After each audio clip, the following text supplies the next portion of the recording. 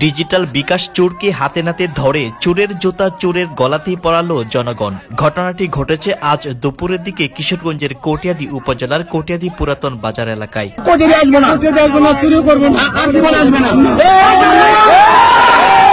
সেখানে হৃদয় নামের স্থানীয় এক ব্যবসায়ী দোকানের কাছে এসে বিকাশে কিছু টাকা পাঠাবে বলে প্রথমে জানায়। এরপর ব্যবসায়ী হৃদয় চোরের দেওয়া নাম্বারে ডায়াল করলে চোরটি বলে উঠে, যেই নাম্বারগুলো দিয়েছি এগুলো ভুল আছে, তাই টাকা লেনদেন হবে না। এরপর চোর নিজেই বলল, আপনি আপনার মোবাইল ফোনটি আমার কাছে দেন, আমি সঠিক নাম্বার বসিয়ে দিচ্ছি। আর এদিকে সহজ সরল মনে বিশ্বাসও করলেন ব্যবসায়ী হৃদয়। কিন্তু কে জানতো এটাই ছিল ডিজিটাল চোরের ডিজিটাল ফন্দি।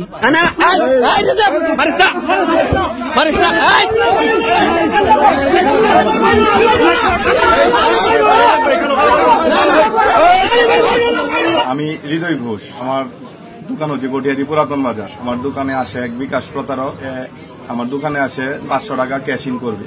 আমি ওকে মোবাইলটা দেই যে ভাই নাম্বারটা তুলে দেন। সে আমি নগদ অ্যাপসে ঢুকি সময় সে আমার নগদের পিন কোডটা সে দেখে নেয়। তারপর সে নাম্বার তোলার ফায়দা নিয়ে একটা নাম্বারে 22,000 টাকা নগদে ক্যাশ ইন করে। চোরের পূর্ব পরিকল্পিত ভাবকে কাজে লাগিয়ে সেখান থেকে 22,000 টাকা ডিজিটাল লেনদেনের মাধ্যমে হাতিয়ে নিয়ে পালিয়ে যায়। এরপর ব্যবসায়ী হৃদয় মোবাইল ফোন থেকে মেসেজ পান 22,000 টাকা লেনদেন হয়েছে। ঘটনা বুঝতেই চোরের সন্ধানে ছুটেন হৃদয় সহ অন্যান্য ব্যবসায়ীরা।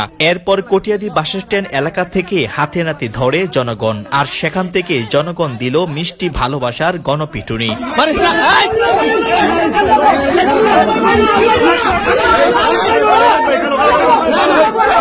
ক্যাশ ইন করার পর সে তাৎক্ষণিকভাবে এসে আমার দোকান থেকে বের হয়ে যায়। বের হয়ে যাওয়াতে আমি দোকান থেকে দৌড়ে বের হই, বাস স্ট্যান্ড গিয়ে তারে আমি পাই। তারপর বাস স্ট্যান্ড উপজেলার মোড়ের থেকে তারে ধরে নিয়ে আসি। এলাকার আরো কিছু লোকের সাহায্য সহযোগিতায় আইনা আমি কটিয়াদী বণিক সমিতিতে তারে নিয়ে যাই। বণিক সমিতিতে নেওয়ার পরে আমার টাকা ও বণিক সমিতির মাধ্যমে এবং জনগণের মাধ্যমে উদ্ধার হয়। শুধু তাই নয়, চোরের জুতা চোরের গলাতেই পরালো জনগণ।